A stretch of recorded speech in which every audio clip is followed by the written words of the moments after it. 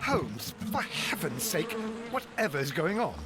Oh, hello, Watson. You're early. Did you kill all of your patients? What? Holmes, where have all these wretched bees come from? I increased the temperature of the room so as to prevent them from hibernating. I needed to take a sample of honey. But it worked, Watson. We will have honey all year round. Ridiculous and dangerous. They're domestic bees, Apis mellifera, such industrious workers. Anyway, Watson, I am sorry, but I must leave you. I'm in rather a hurry. You have a new case? Yes, but nothing as thrilling as this experiment. A theft of plants at the Royal Botanic Gardens in Kew. I'm helping a minister who's an old friend of mine. You can join me if you like.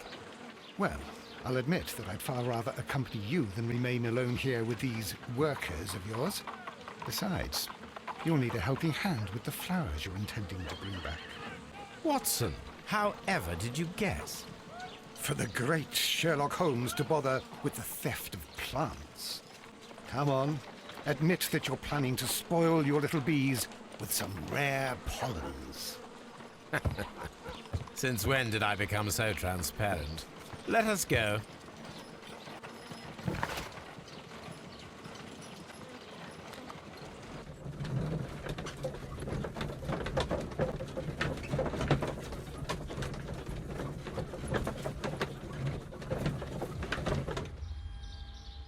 Well, Holmes, here we are at the Royal Botanic Gardens. There's no doubt that this place is beautiful. But are you really intent on investigating the theft of the plants? Yes, of course. Don't touch anything else, is that clear? Just go and get a bucket of fertilizer. And without turning it over this time. Good day to you, gentlemen. How may I help you? If you are here for a visit, please do come back on Sunday. I am afraid that it cannot wait. My name is Sherlock Holmes, and this is my friend and colleague, Dr. Watson. We are investigating the theft of plants that took place here 5 days ago. A remarkable collection, I believe. So you're the one in charge, eh? A small favor for a friend. Now, to whom do I have the pleasure of speaking? I am Martin Hamish. I am the Deputy Director of Kew Gardens. And that fellow yonder is Albert. He works here. I am delighted to meet you. What can you tell us about the plants? They were rare and exceptional plants. We presented them at our last exhibition. We haven't removed the stand yet. It is still in the large glass house. We only learned of their disappearance the evening after the exhibition, and nobody saw anything. No doors were forced? No, but I would imagine that for a thief it would be fairly easy to gain entry, for there are no guards here. Well, if you don't mind, we will take a look. Now, you say that it is in the large glass house. Yes, the one just behind me. Just a second, since Albert has nothing else to do. Albert, show these gentlemen where the exhibition was held. How many people work here? Only myself, but occasionally 2 students, Albert, whom you have met, and Miss White. Here it is. This is the place where the stolen plants were exhibited. Thank you. Is there something the matter? Yes, there is. All right, the plants were valuable and rare, but it seems to me that the tragedy that took place here only 2 days ago has been entirely forgotten already. What tragedy are you referring to? The director of Kew Gardens, Mr. Montague Dunn, he died here just 2 days ago. We're very sorry. We were not aware. The two of you were good friends?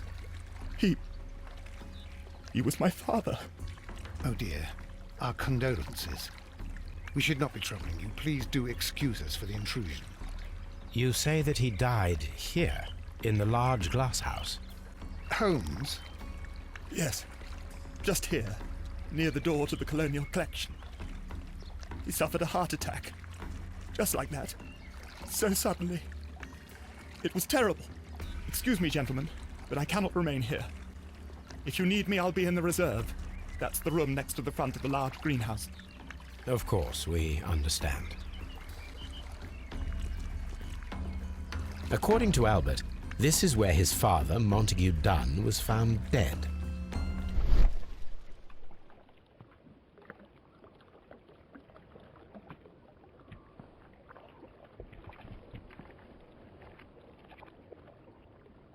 The door was smashed at shoulder height.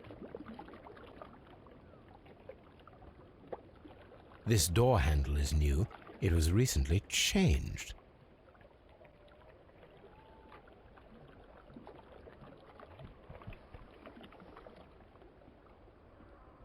The esconsson was breached near the handle. The door was forced from the inside of the Colonial Collection Room. The handle was changed afterwards. I think we need to inspect the Colonial Collection Room. Very strange. Half of the Colonial Collection is absent. The smell is strong. It is a detergent.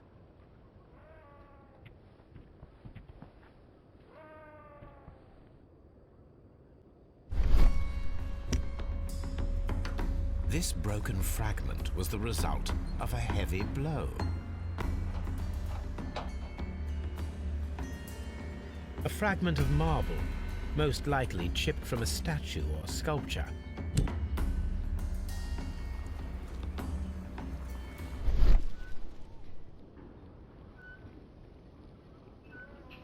These windows were perfectly cleaned. Part of this greenhouse was emptied and thoroughly cleaned.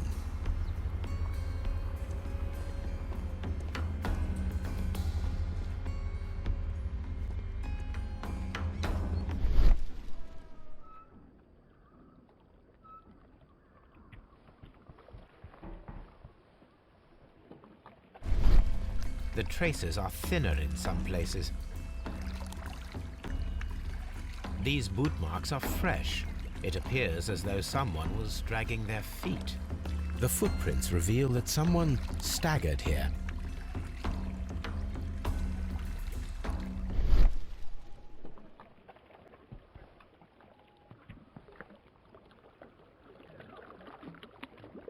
Soil. It should have come from a flower pot.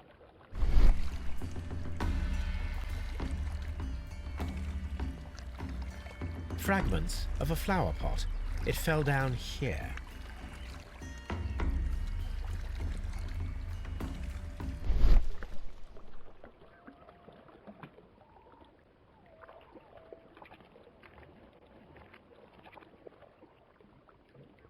This pot was broken fairly recently. A flower pot recently fell down from these shelves and was misplaced.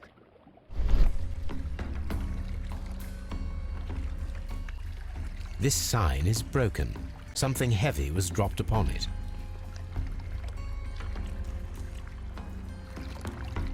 Blood. Someone fell violently against this sign, and they were injured in the clash. Most likely a head wound. All the clues around here are quite suspicious. I need my imagination to make sense of it all.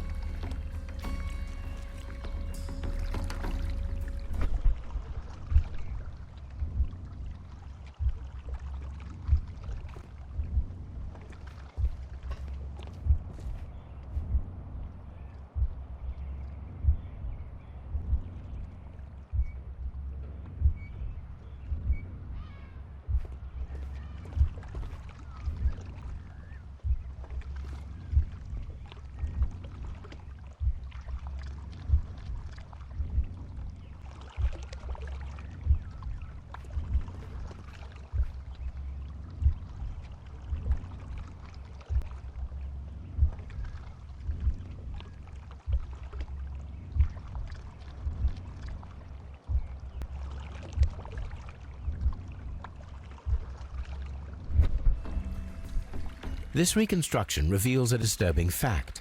Montague Dunn damaged the door of the Colonial Collection Room. He was in a panic, or the door was locked.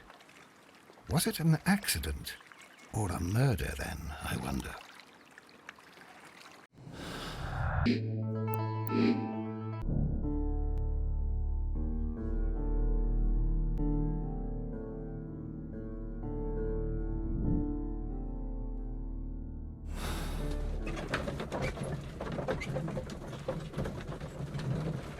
I asked Inspector Lestrade to take Montague Dunn's body to Scotland Yard.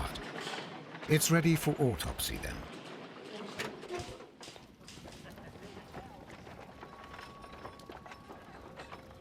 This watch is of great value. A beautiful feather pen of a good make.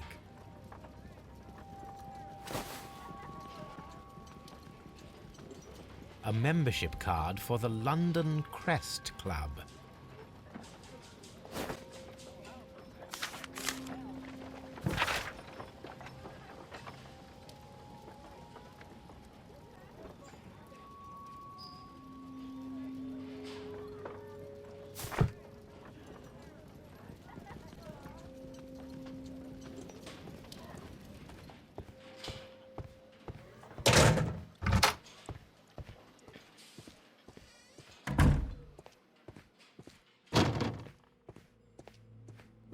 First of all, let us carry out an external examination. There are no suspicious marks upon the chest. Let us finish our external examination so that we can proceed with the autopsy.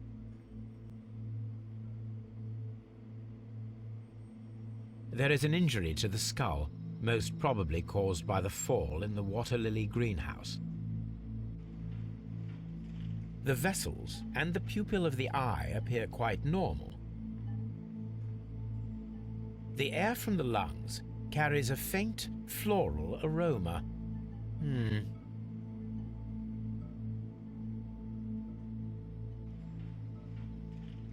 No redness, stings, or bruises.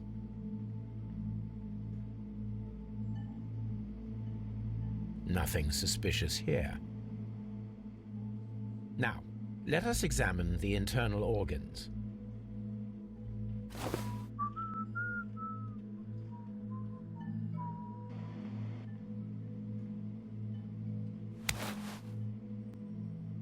The heart's blood vessels show no pathological signs.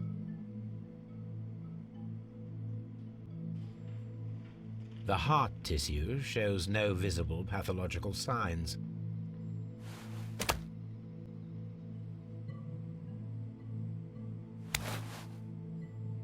The lungs are congested and edematous.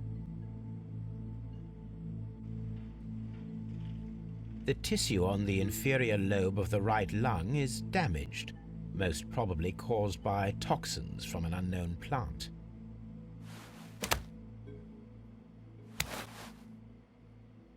The liver is enlarged.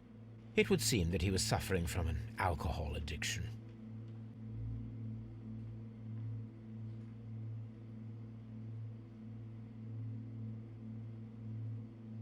The liver tissue is brown. There are no visible pathological signs.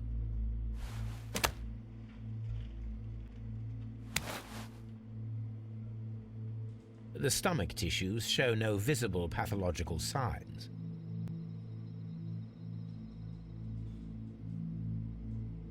There is a small amount of content. It appears that he breakfasted lightly, only a short while before his death.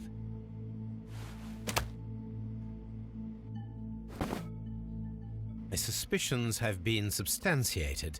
Montague Dunn, the director of Kew Gardens, died from poisoning. Plant poisoning, to be more exact.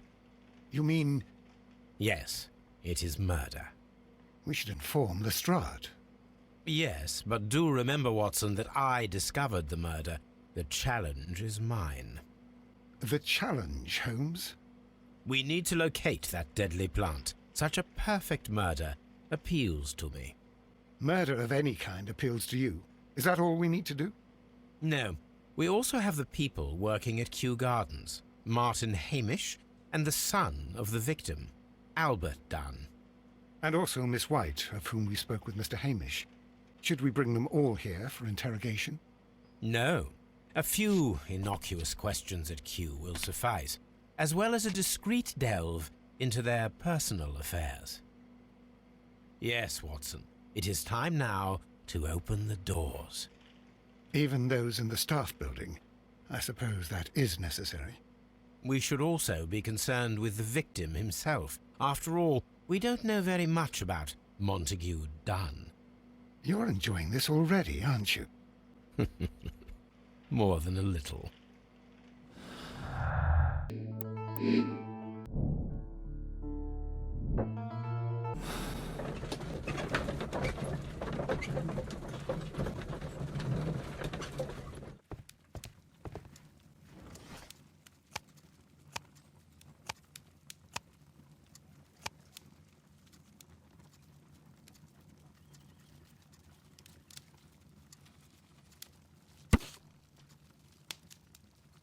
Here it is.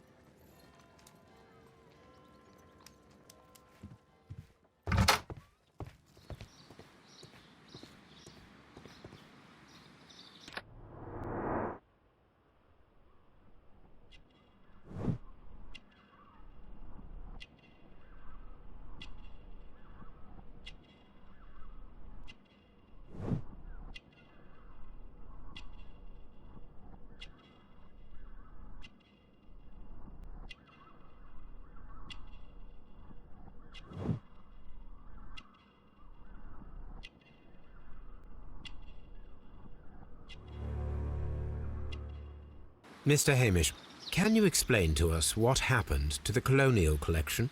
It seems somewhat depleted. But, most likely maintenance work, tidying up. You're not sure, then? But you're the deputy director. Well, I am busy. I cannot be everywhere at once. Albert told us about the tragic death of Mr. Dunn, the late director of Kew Gardens. Tragic indeed. His heart attack was quite unexpected. As deputy director, how was your relationship with Montague Dunn? To be honest with you, Mr. Holmes, it could have been better. You see, every Tuesday he would carry out his inspection of the gardens, but it was solely to make an impression, great pretense that he cared at all. He would give out absurd orders, ignoring anyone else's opinion.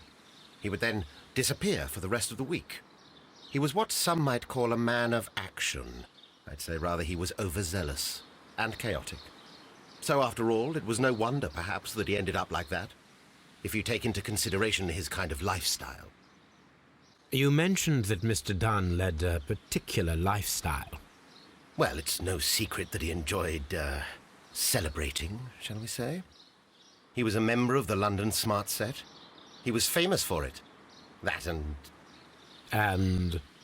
He had an eye for the ladies, to put it mildly, Mr. Holmes. Tell me, Mr. Hamish, do you grow the more deadly variety of plant here? You mean insectivorous? Yes, but nothing larger than that.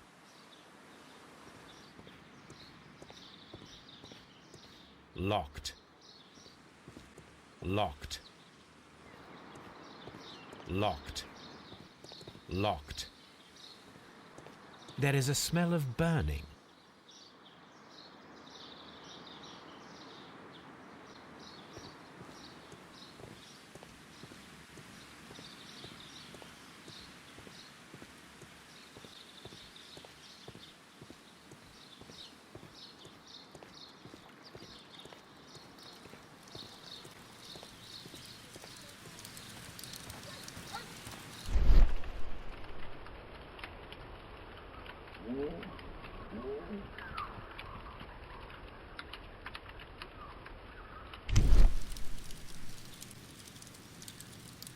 The symbol is not from Kew Gardens. A broom handle was half burned. The remains of a picture frame.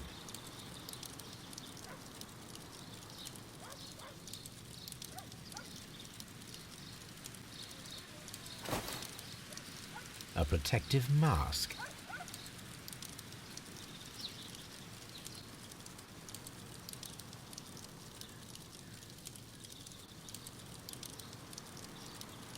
Someone set it alight, but it did not burn.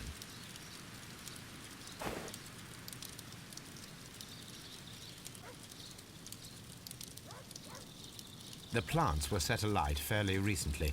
Some have not completely burned. A door handle? Why would anyone throw such a thing in the fire? The door handle to the Colonial Collection and that of the fireplace are made of the same material.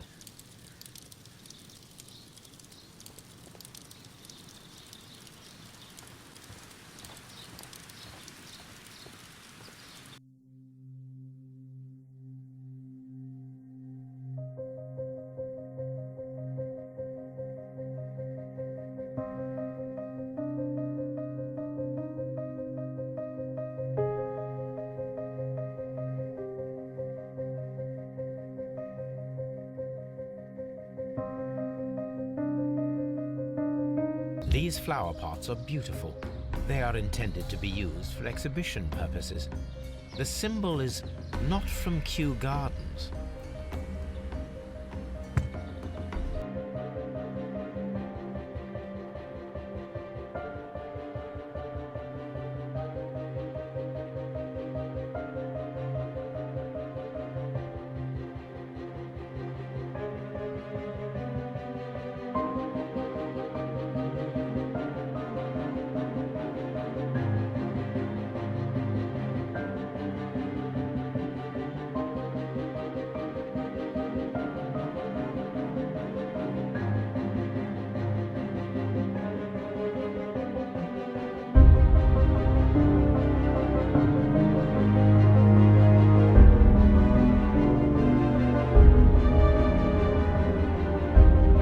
According to this, they have light and moisture control in some parts of the building.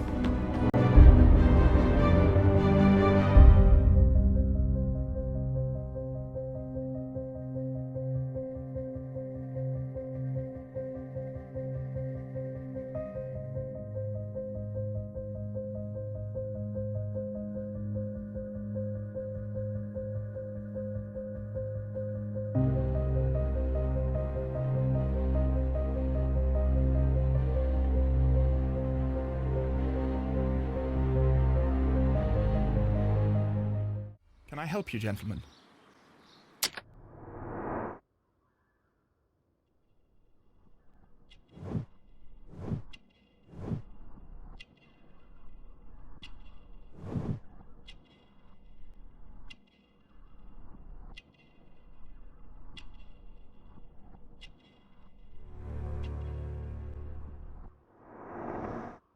Who is Miss Margaret White?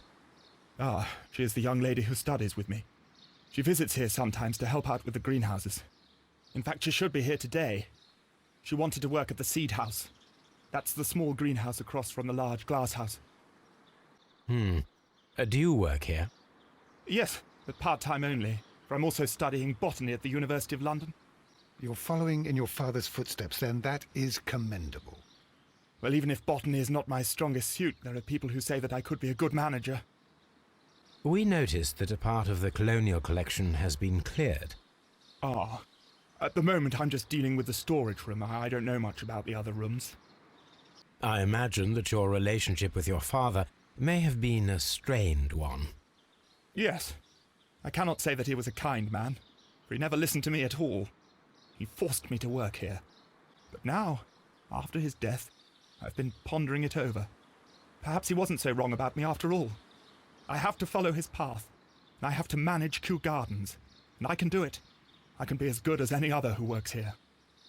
Would you please tell us about Martin Hamish, the Deputy Director? Well, I have to tell you that Mr. Hamish is not and has never been the Deputy Director of Kew Gardens. My father would not have tolerated it. Indeed? That is most interesting. He told us that he was. Yes, because he believes that the management should be passed down to him now that my father is dead. But in actual fact, Mr. Hamish only has the honour of being the garden's longest-serving employee. In fact, if we are to think logically at all, it should be me who takes over the management of Kew Gardens. Do you not have a good relationship with Mr. Hamish? I suppose so. But we have very little in common. Mr. Hamish loves his plants and Kew Gardens, and I cannot say that I share his passion. I see. And how was his relationship with your father? Oh, he hated my father. It was obvious. He would be furious whenever my father boasted of Kew Gardens in the newspapers or at conferences. He was convinced that my father was stealing all of the credit for himself. That my father treated Mr. Hamish in the same way as he treated anyone. Dismissively. With indifference. Do you hold the keys to all of these locked doors? Yes, you can have them. But I cannot give you the keys to the cloakroom. The employees' effects are private. I am sure you understand.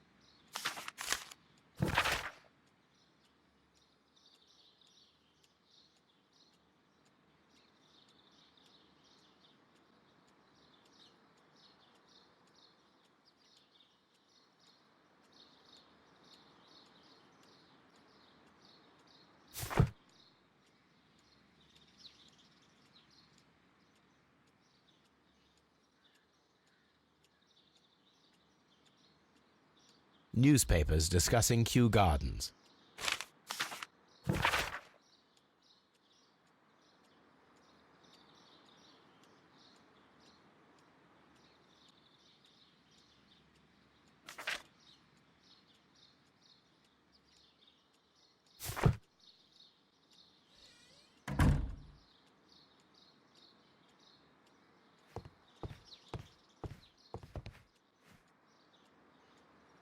A photograph of Montague Dunn and Reynold Hamish.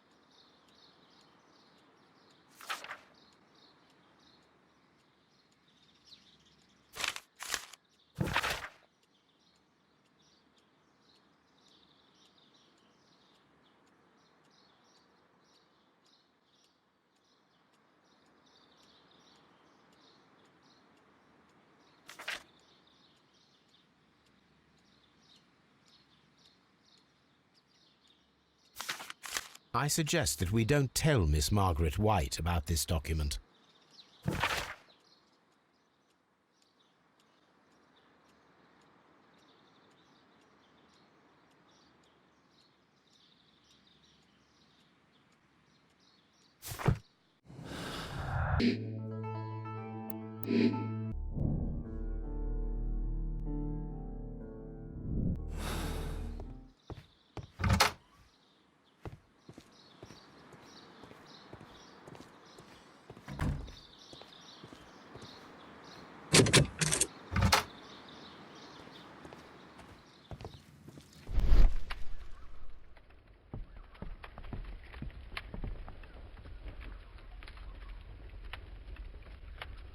Gold dust? Good heavens. What's it doing here? The gold is almost immune to chemical attacks, so it may be a valuable auxiliary for various experiments. But why would anyone perform such experiments in a botanical garden? There was a bottle here. It left behind a trace of the substance that pervaded the laboratory. Several drops of the substance were spilled. Someone carried this bottle around. The bottle is no longer here, but it is possible to detect a faint scent. We need a good nose. A botany book.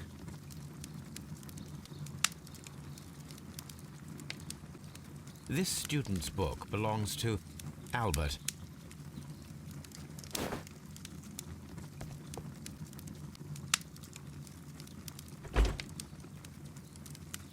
Chemicals, a sufficient quantity for some serious experiments.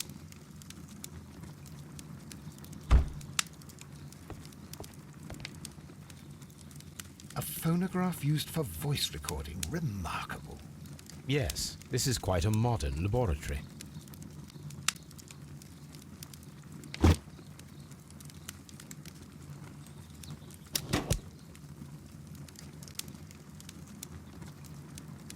Martin Hamish's perception of plants. The notion of communication in the plant world has long been considered marginal, yet I remain convinced that some plants do indeed transmit chemical signals in the event of attack. A study report by Martin Hamish. And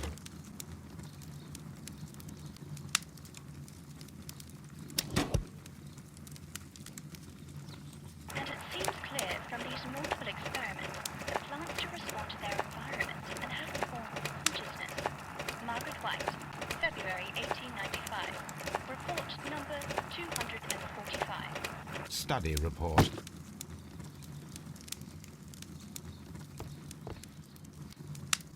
This is a table for experiments. It resembles my own. Only this one is kept in good order, Holmes.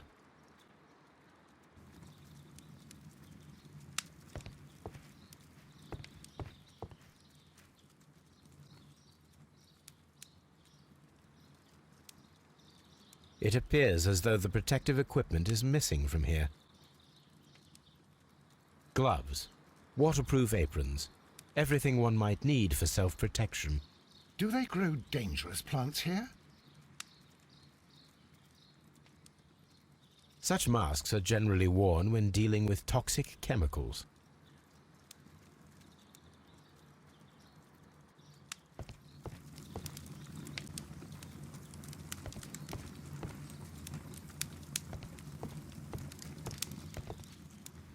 Locked.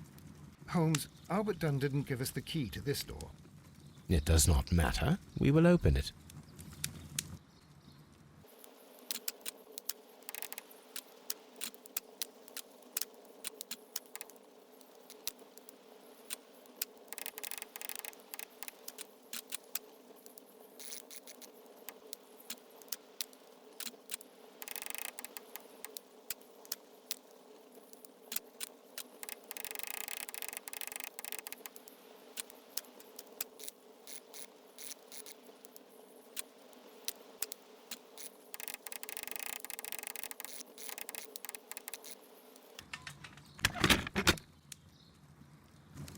Open.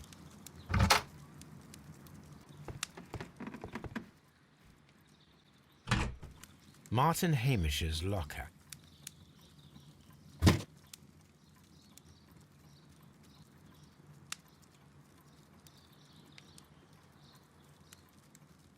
Father and I, Kew Gardens. A review on rare and exotic plants. Martin Hamish has written several pieces.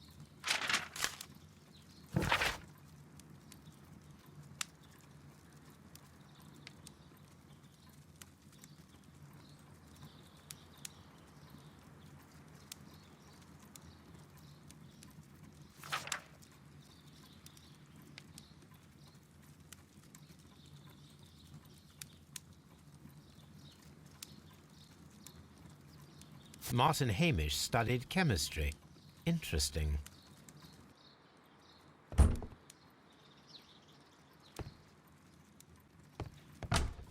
Albert's locker.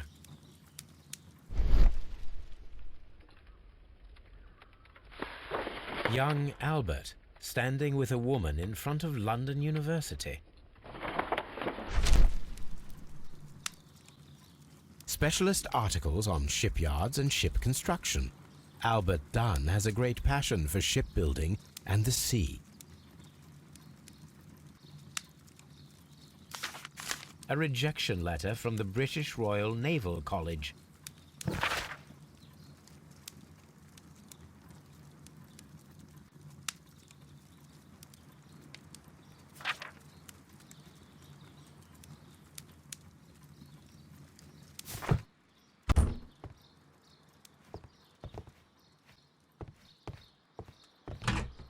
Miss White's locker. Apparently, Miss White is a capable student. A draft of the letter that Miss White sent to her parents.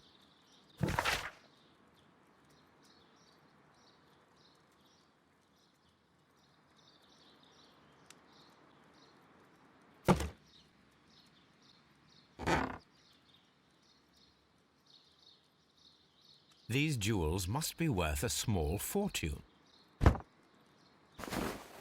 A vanity purse. It is of high quality.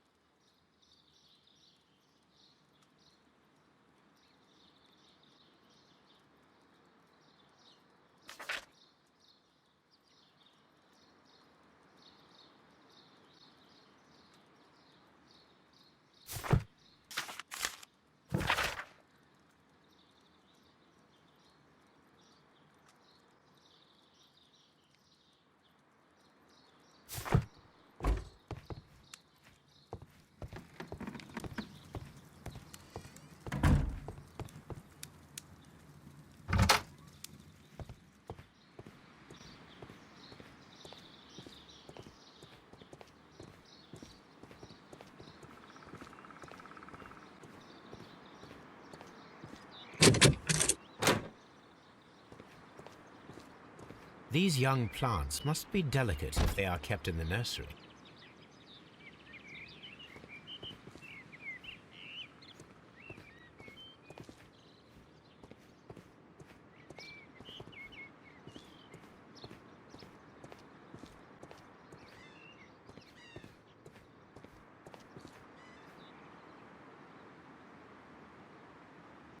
A thesis written by Martin Hamish. A glasses case. It is empty. This area serves as Martin Hamish's office.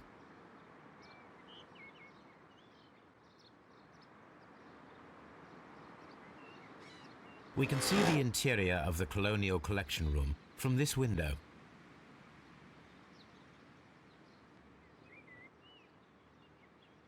This poster is for an exhibition that Martin Hamish was directing, but it had nothing to do with Kew Gardens. This certificate belongs to Martin Hamish. He won a horticultural competition.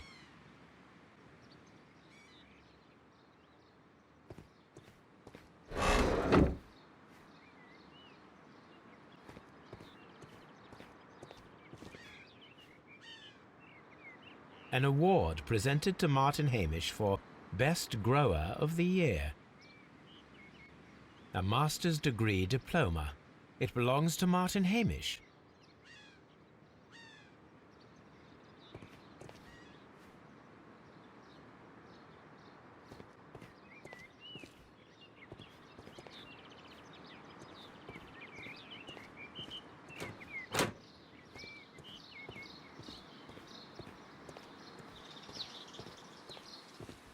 Open. Good day to you, miss. You have some very beautiful plants here. Why, thank you, sir. And good day to you, too. But... Oh, I do beg your pardon. My name is Dr. John Watson. This is my good friend, Mr. Sherlock Holmes. I am honored to make your acquaintance, gentlemen. My name is Margaret White. Excuse me, but are you Sherlock Holmes, the great detective? Yes, I am he. What a pleasure to see you here at Kew Gardens. Are you working on a case?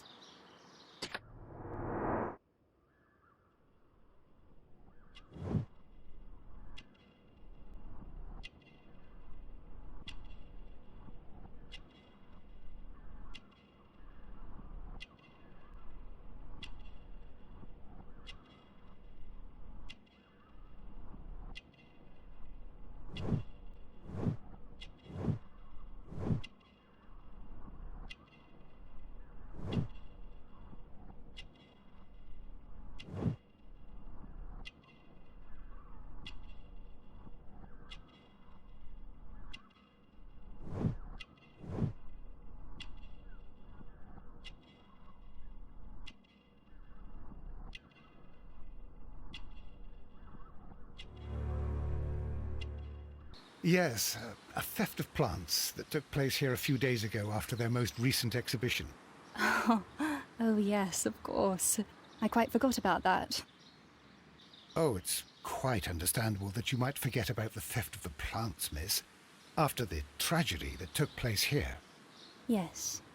The director was a truly good man. It is such a terrible misfortune. Would you happen to know why part of the colonial collection was cleared? No, I have never been there. Do you work here? Part-time only. I am a biology student at the London University. I attend the same classes as the son of Mr. Montague Dunn. That is how I found my chance to work here for part of my thesis, you see. It is a great honor. How well did you know Mr. Montague Dunn?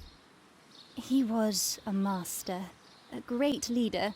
I saw him almost as a spiritual father. He had an exceptional nature? Oh yes, indeed. He was always so active and so optimistic and very nice to me. Although he could behave harshly towards his son. Why so? He loved his son dearly and wanted the very best for him. It made him extremely demanding. Albert, who is naturally shy, suffered because of it. Most of the doors in Kew Gardens are locked. Do you have a key to this room? Oh, yes. Albert gave me a set of duplicate keys. He agreed I might carry out my studies without disturbing him. It is only temporary.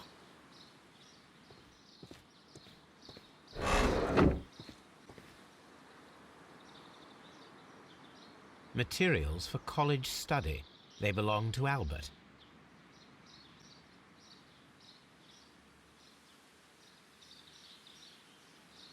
A book about ships. Nothing at all to do with plants. These leather gloves are new and of good quality. They do not appear to have been used. This place serves as Albert's office. From here, we are unable to see the interior of the colonial collection room. This is one of the outlets of the ventilation system.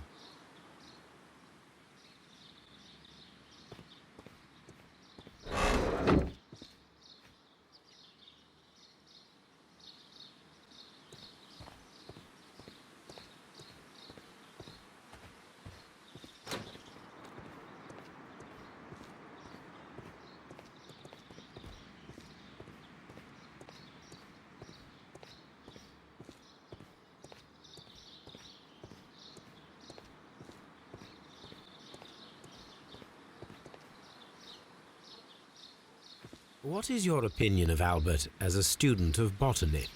He's useless. I often tell him so, and I can only give him cleaning tasks. Botany is not his life's work, and his father well knew it. He was furious about it. He was? Oh yes, he forced his son to work here, and he never missed an opportunity to criticize him publicly. Are you able to elaborate on that?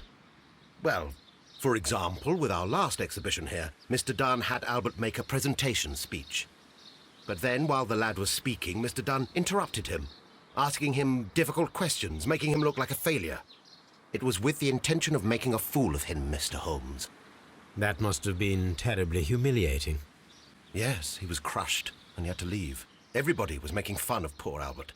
That is, except for Miss Margaret White, who is such a nice lady and who always takes pity on Albert. You mentioned a Miss White. Would you tell us more about her? She is a student who works here part-time. She is quite charming indeed. She possesses a great talent for botany. You should take a look at some of her experiments that she carried out in the laboratory. Ah, if only she were not so naive. Why naive? The way she used to flutter around Mr. Montague Dunn. And why, he couldn't help but be flattered by all her attention. How could an intelligent woman such as Miss White not see through his game? I can only scratch my head and wonder.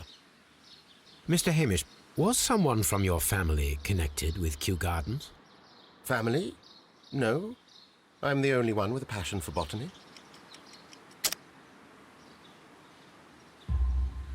I do not think so. This photograph of you and your father at Kew Gardens suggests the opposite. But you have no right to. Do tell us more about your father. He was, indeed, the greatest botanist of his time in the British Empire. He worked together with Montague Dunn until the end of his life. He brought me in at the age of 12. Did he get on well with Mr. Dunn? No, I couldn't say that. They expanded Kew Gardens together, that was all. And it was all my father's work, for Dunn always lived the high life. So Mr. Dunn was not helping your father? Oh, yes, he provided the financial support. And as far as he was concerned, that fulfilled his role. But the worst of it was, he declared himself as the master of Kew Gardens. Fame meant nothing to my father, so it was easy for Mr. Dunn to take all the credit.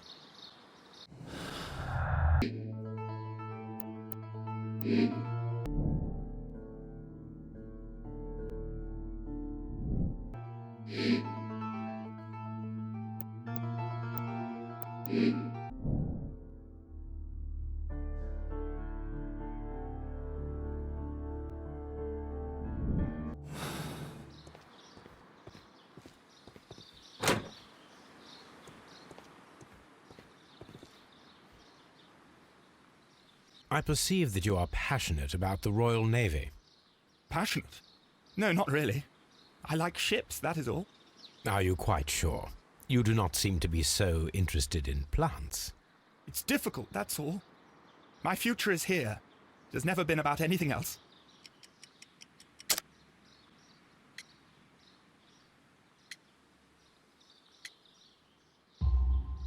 And yet I know that the Royal Naval College rejected your application. Ah, you truly are as clever as they say. Yes, that's correct. And in fact, my father was strongly against the idea. He did his best to ruin my plans, although I almost did succeed. But my dreams were shattered, Mr. Holmes.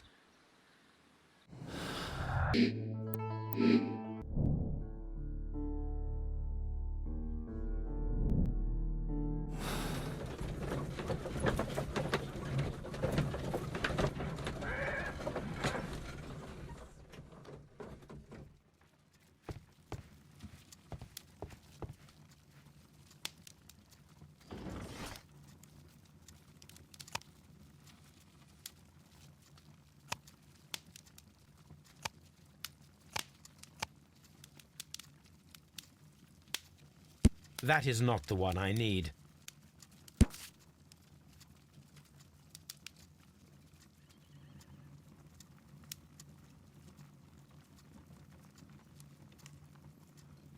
Here it is.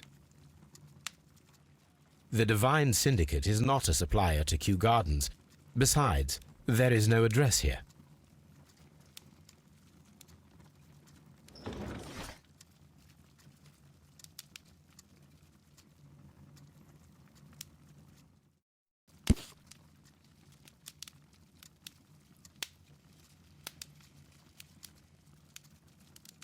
Here it is.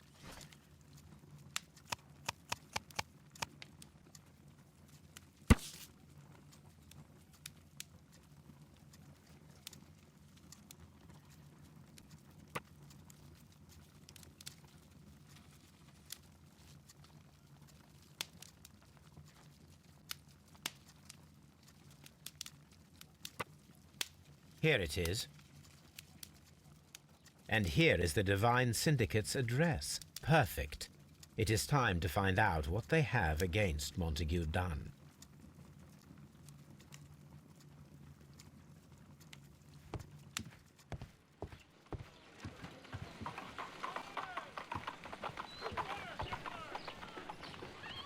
Come on, Toby. We have some work for you to do. Let us go to Kew Gardens. Let us take Toby to the laboratory. He will pick up the scent of this mysterious substance. Search, Toby. Search.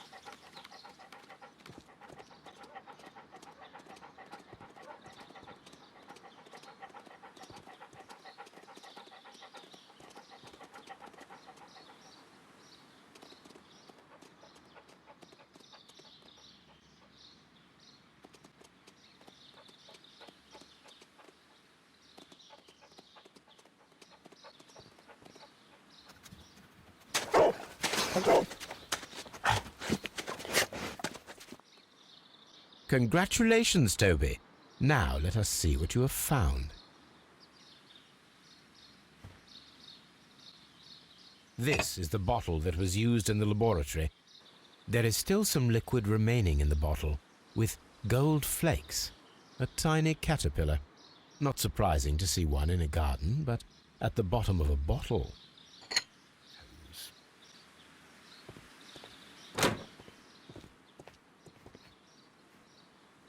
Tell me, have you ever heard of the Divine Syndicate? No, I cannot say that I have. Are you aware of the Divine Syndicate? The Divine what? Is this a joke? No, I am quite serious. What a ridiculous name. Anyway, I have never heard of this syndicate.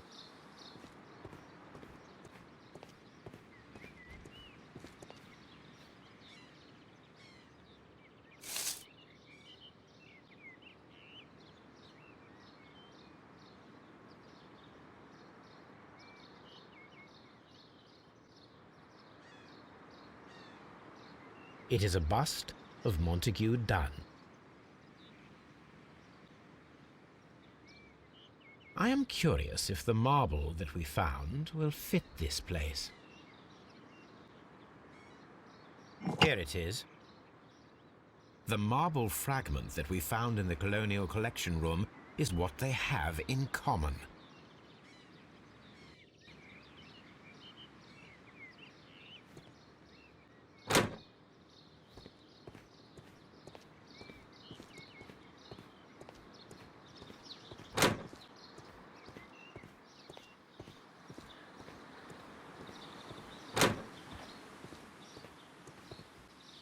The Divine Syndicate. Does that name mean anything to you, by any chance? Not at all. But it is a very pretty name.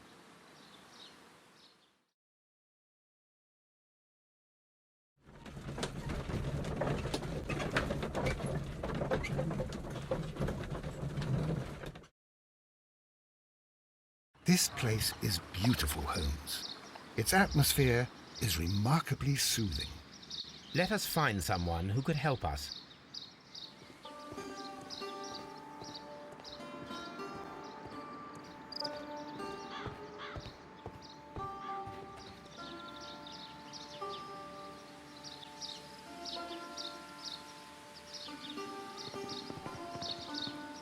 Good day to you, sir. My name is Sherlock... I am exalting the sap. A while can you wait? From the trace of elements and moreover from the quality of the ambient geotropism it depends. Therefore, please, mind my gravitropism. Its balance, do not disturb.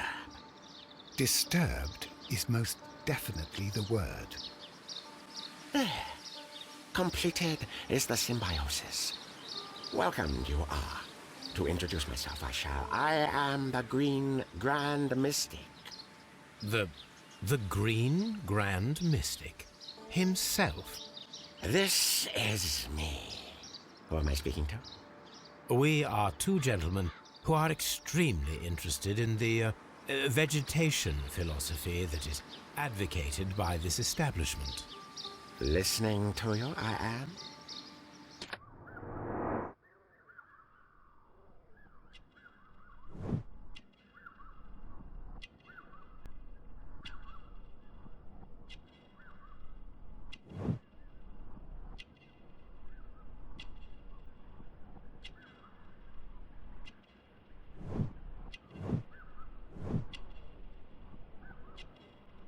We should like to take a look around, to immerse ourselves in the wisdom that emanates from here. It is a school of anastomosis, the divine scholastic syndicate for vegetation veneration and meditation. You may say, the divine syndicate, glory to the eukaryotic. Only true devotees, those whose hearts are ready to spermatophize in sharing of knowledge, are permitted to physically enter our vegetable kingdom and its wisdom. And to be permitted, you must earn it, yes. Green Grand Mystic, we are ready to become devotees and gain access to your temple. What is the name of our Lord, our God King? Our God King's name is Treewan, Green Grand Mystic. Oh la, good, I like you. Here is the holy key to the wisdom place. Holy donation can you make whenever you so wish. Thank you so much. I pray you to taste our fertilizer substance. From the burdens of life it helps to free. But of course. Raw sap, it is called. It is near the entrance. We visited Kew Gardens, and we found your symbols on their flower pots. Coincidence, I am thinking. They would scavenge our refuse. It would not surprise me. It was merely an observation.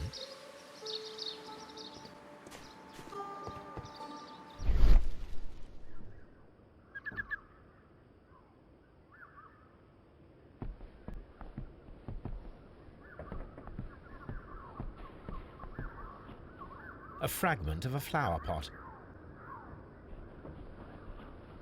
Fragments of a flower pot. It fell down here.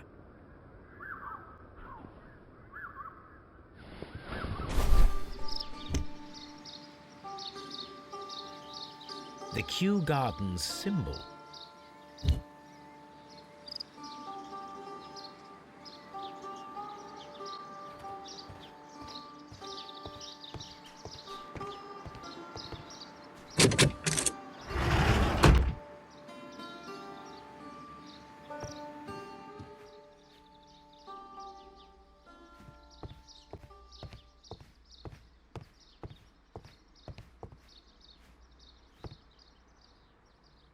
That should be the raw sap that the Green Grand Mystic spoke of.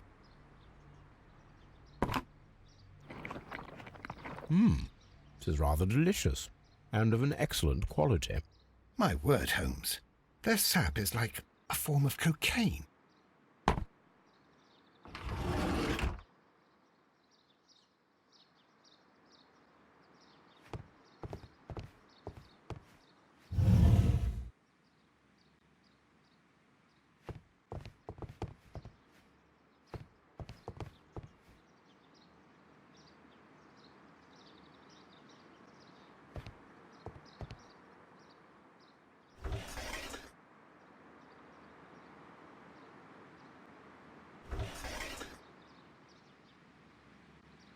Caterpillars. They are raised as food for certain plants. Let's take them.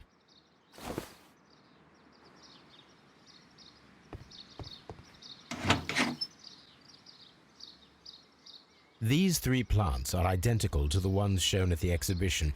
I shall take them.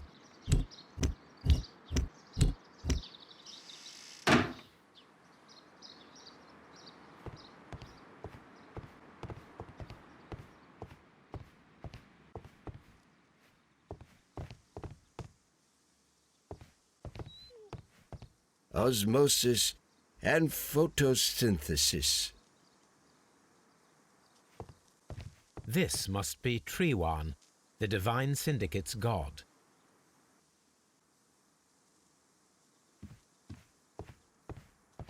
This door is locked, but I can try to open it.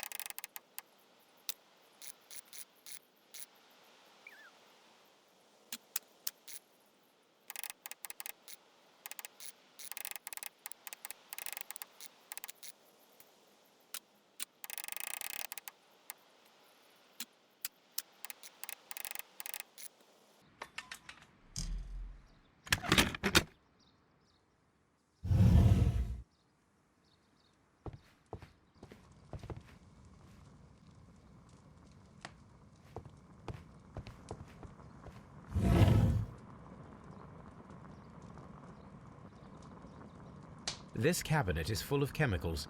They are the same as the ones we found in the laboratory at Kew Gardens.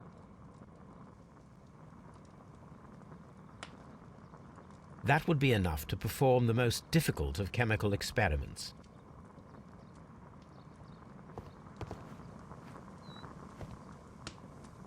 A vast amount of opium.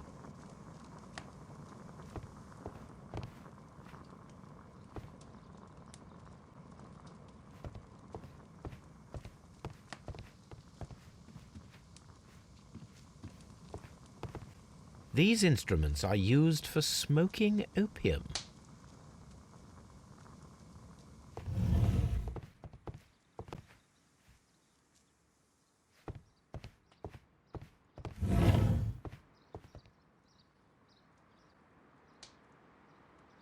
The list of plant friends and benefactors, lawyers, well-known manufacturers, political leaders. Do you have friends at Kew Gardens? None. Not worthy there.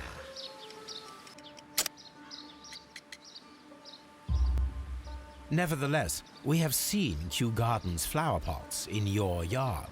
How could they happen to be there? What? Our sacred place you permitted yourself to search. Sacrilege.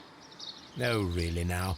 There was a theft of plants at Kew Gardens a matter of days ago, and we believe the pots we found here may be connected with it. Please tell us, were you involved? No. Those plants were ours. They had stolen them from us. How so? Their director, Dump, I believe. Done. Yes, that's what I said. He borrowed from us 3 of our sisters for the exhibition at his green fly-infested gardens. But he never gave them back to us. Excuses and imbecility. So we went in and saved them. I see. So, if you stole those rare plants from them, then it means... Ah, I get it. Bravo, Holmes. I think the case is solved. No, we did not steal. We saved. Well, as a matter of fact, we were unable to find our 3 plants. I beg your pardon. And yet, you took all of the exotic plants from the stand. They had disappeared. It was the least we could do. They stole our sisters, and so we stole theirs.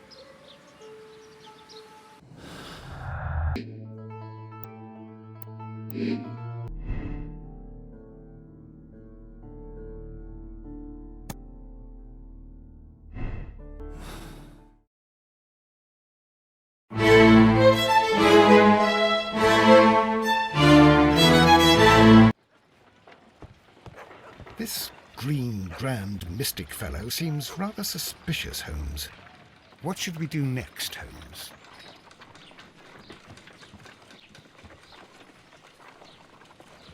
Let us determine just what we have found here. Let us pour liquid from the bottle into a test tube to perform an analysis. This is the bottle that we found hidden at Kew Gardens. Let us use a pipette to take a sample of the liquid and fill a test tube.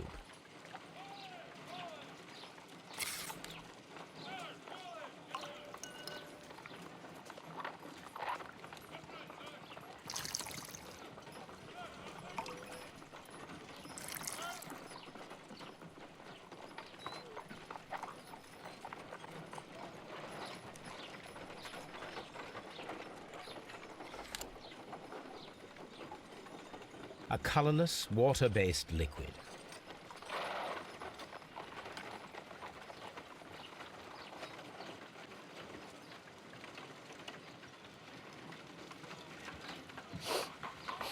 Quite a strong floral aroma.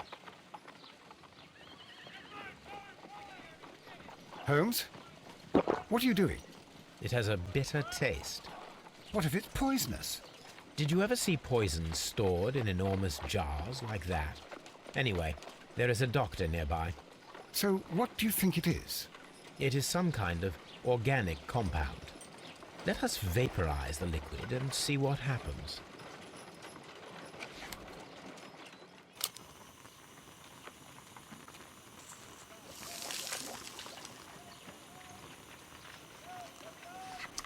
Small colorless crystals. Colorless, tiny crystals that are soluble in water, with a floral smell and a bitter taste. Watson, could you pass me that small bottle, please? Of course. Here you are. Holmes, do you know what it is? Wagner's reagent. There was a label on the bottle that you passed to me. No, Holmes, I meant the bottle that we found. Let me add the reagent and see if there is any sediment, and then I shall tell you. I need to take a pipette and make several drops of the reagent.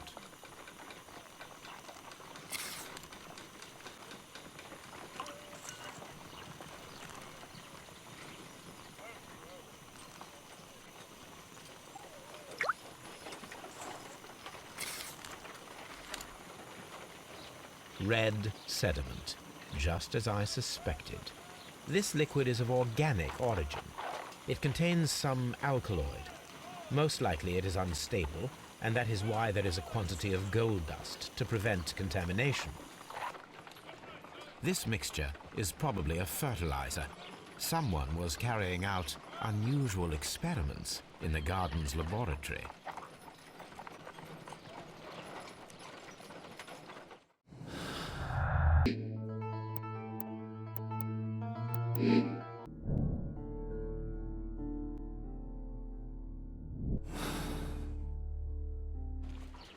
According to the deadly plants information, in order to perform our experiment, we will need fertilizer and food.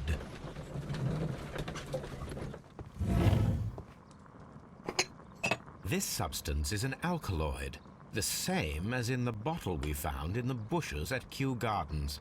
Perfect, Watson. We can begin our experiment.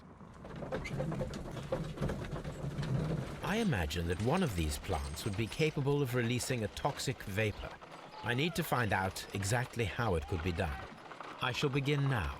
Watson, if you are at all optimistic to have dinner this evening, then I'd recommend that you put on the gas mask.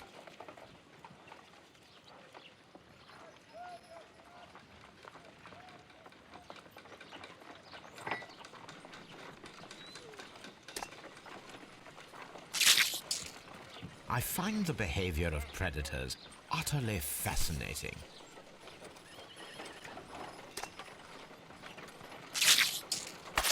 How interesting. What a strong and effective defensive mechanism.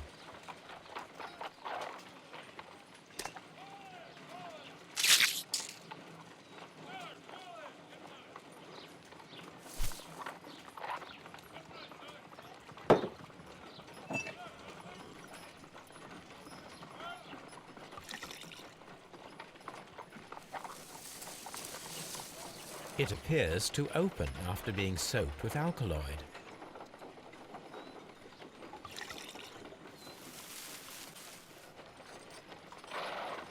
This plant becomes inactive after being drenched with alkaloid.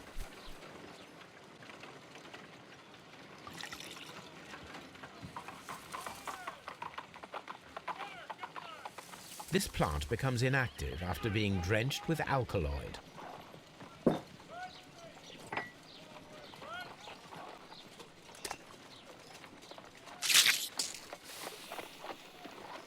It closed again.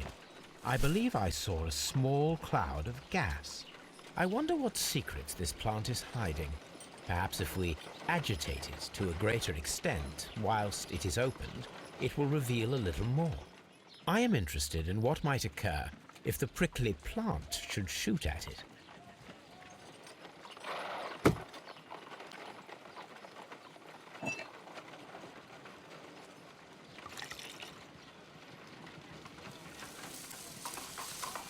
It appears to open after being soaked with alkaloid.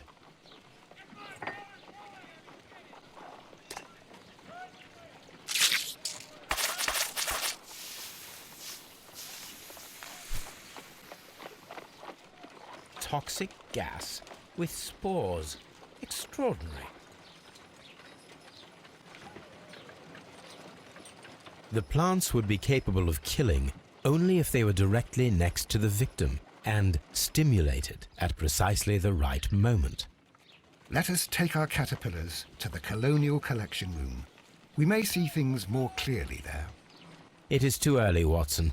Our suspects will be there. Let us investigate Kew Gardens one more time and ask some questions.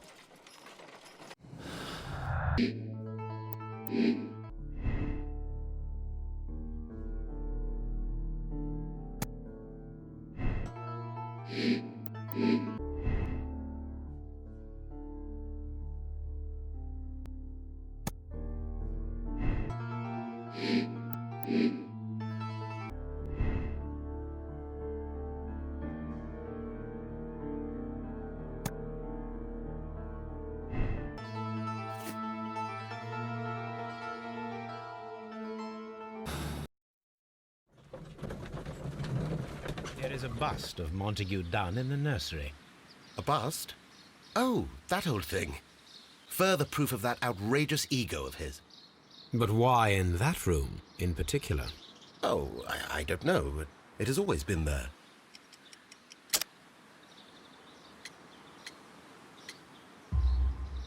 It is strange, because I recovered a fragment of the bust inside the Colonial Collection Room. Really? Oh, well, so I am mistaken. It ought to have been removed during the cleanup. This room is so small. Do you know who moved it? I have no idea. Surely Mr. Dunn requested it.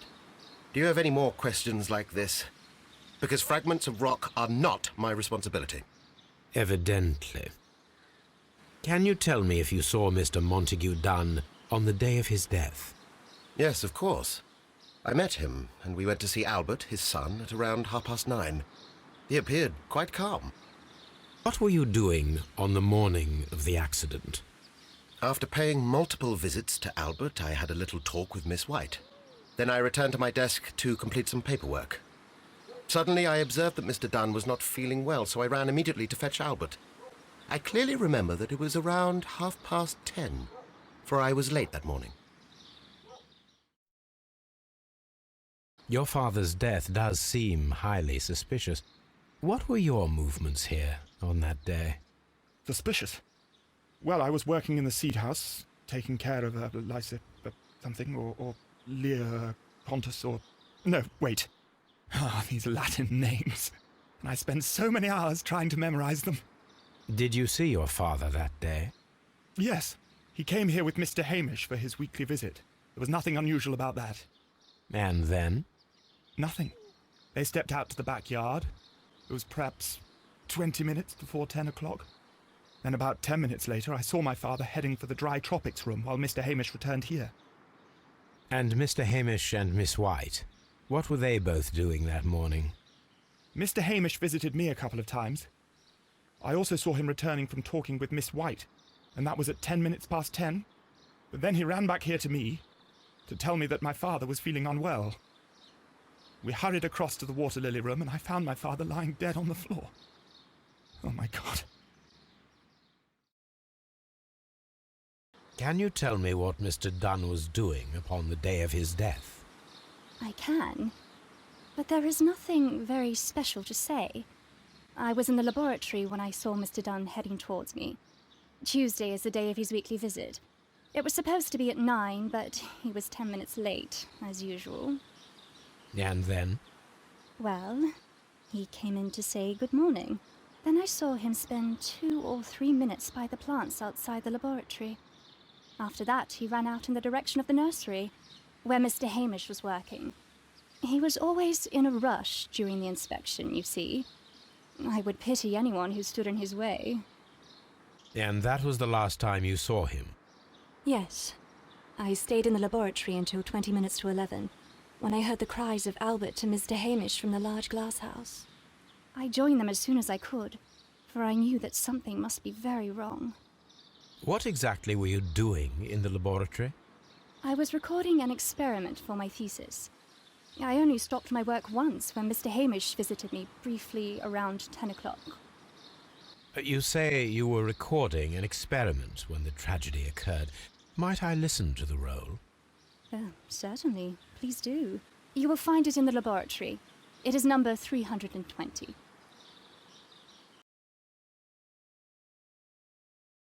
Everyone has gone, Holmes. The way is clear.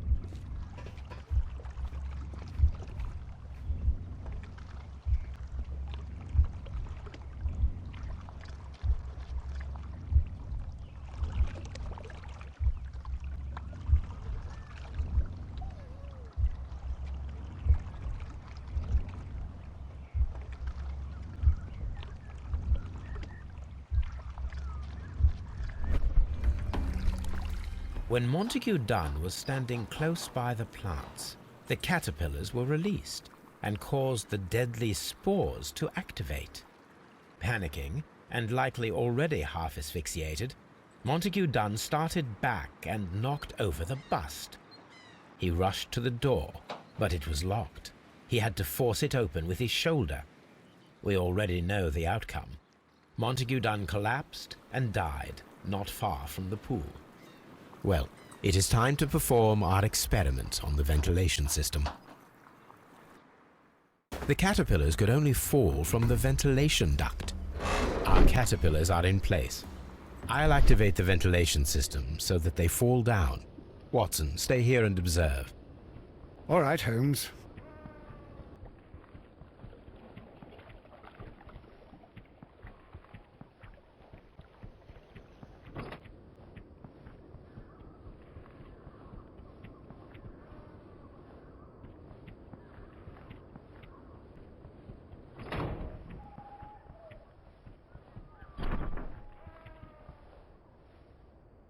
We can see the interior of the Colonial Collection Room from this window.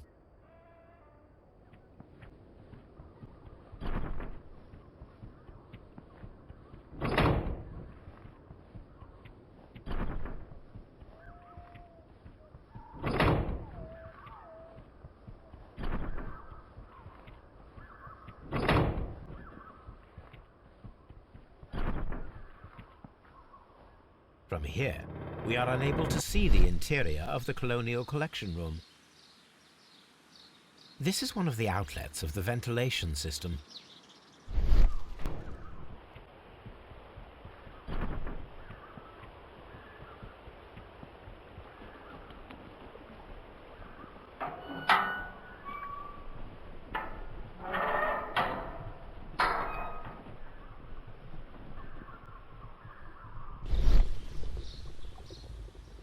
The power is on. The engine cannot be started whilst the transmission is active.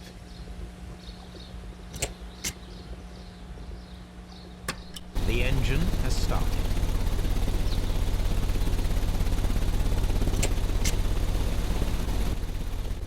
The ventilation system is working.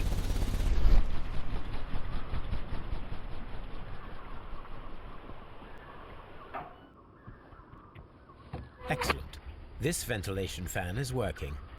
Let us see if I can activate the other one. Perfect. Now I just need to find Watson to check the result.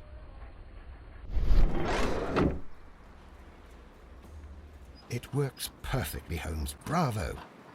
Now, if you could just help me to get rid of these caterpillars. Perfect. Now we know how the murder of Montague Dunn was carried out, by activating both Albert's and Mr. Hamish's fans. But only from Mr. Hamish's workplace would it be possible to see when Montague Dunn entered the Colonial Collection Room.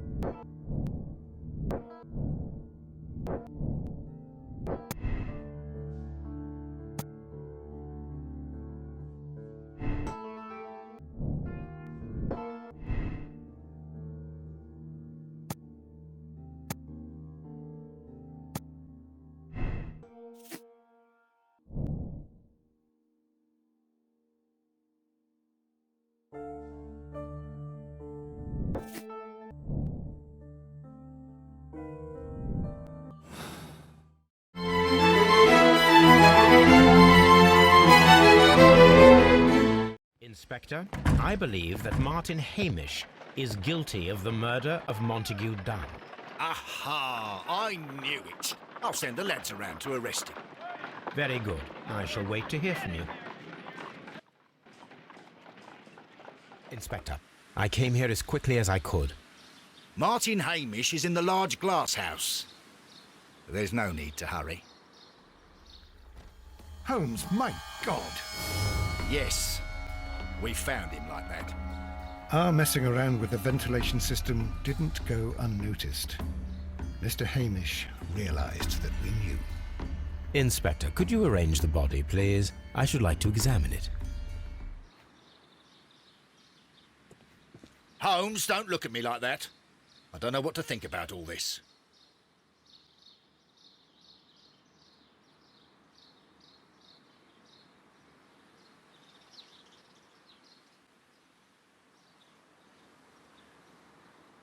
The mark around the neck is very visible. He died instantly.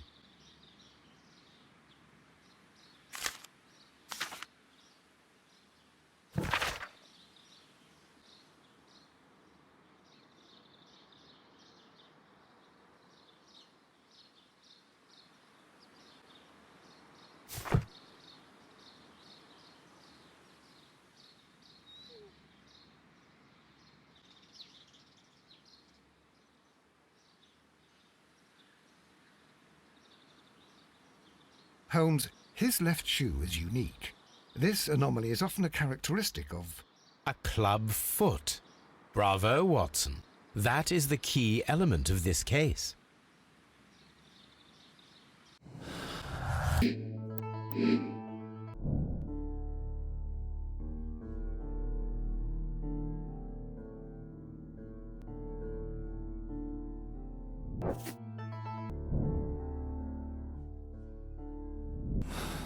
Something about this rings very oddly.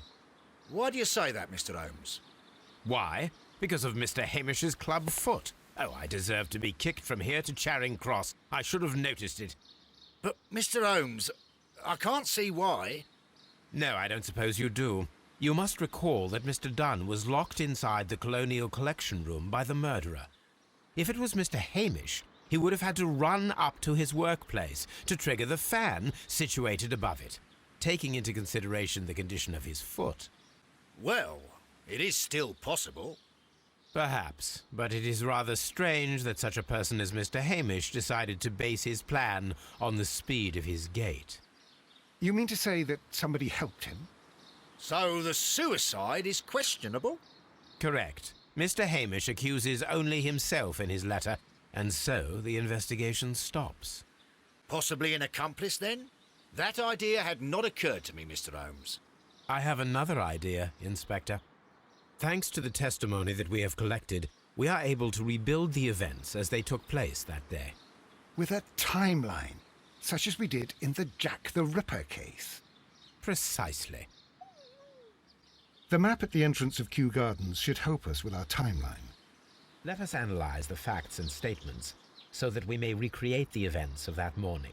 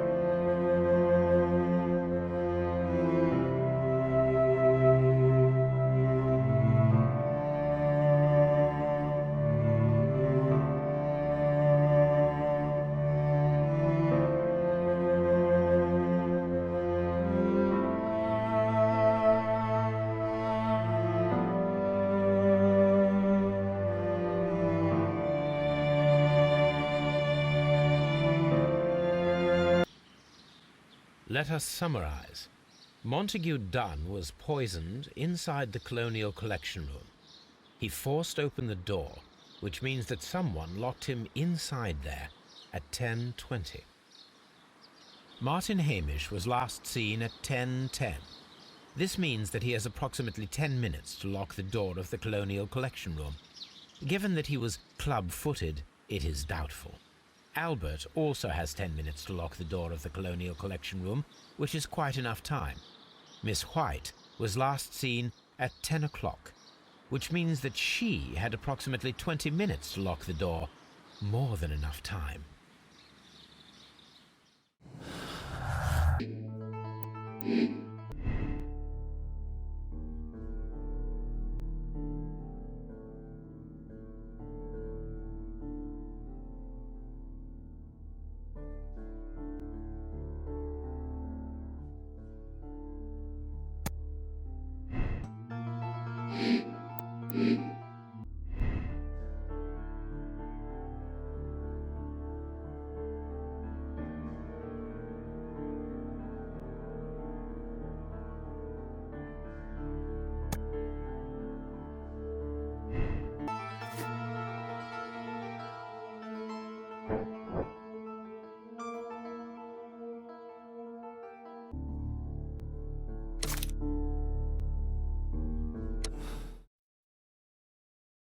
But Holmes, how can you be certain that we'll find Miss White here? It is obvious, Watson. Just use your brain. I am using it. I do use it. Now that the rope has tightened around Martin Hamish, Miss White must act to erase all traces of her implication. After the suicide of her accomplice, there is one final trace remaining: the deadly plants of the Divine Syndicate. She will be there. Very good. Shall we go? Just one moment. Now listen to me, Watson. I shall see her alone. You will conceal yourself behind her, quietly. Whatever are you planning? Nothing spectacular. The impulses of women have always been a mystery to me. But she is a bold one, and so we must be cautious. All right. You can count on me, Holmes.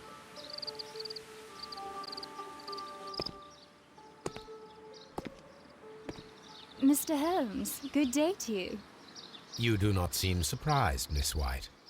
Well, I was expecting you. Not for too long, I believe.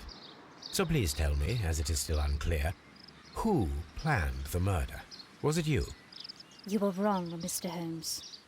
It was Martin Hamish, then. You managed to convince him to take on a more prominent role. You could not be further from the truth. You think that you can fool me? You don't care what I think. It is difficult to care about someone who is capable of pushing a man to his suicide. It is over, Miss White. The police will be here any minute. Over, perhaps. One moment you were here, and the next, you were on the other side. The other side? No! Stop! I beg you not to do this, Miss White. Don't come any closer.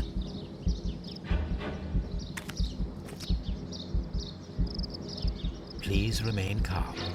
We can help you. Not one step further. Don't try to stop me. Stop this foolishness. You cannot truly want to die. No, it's too late.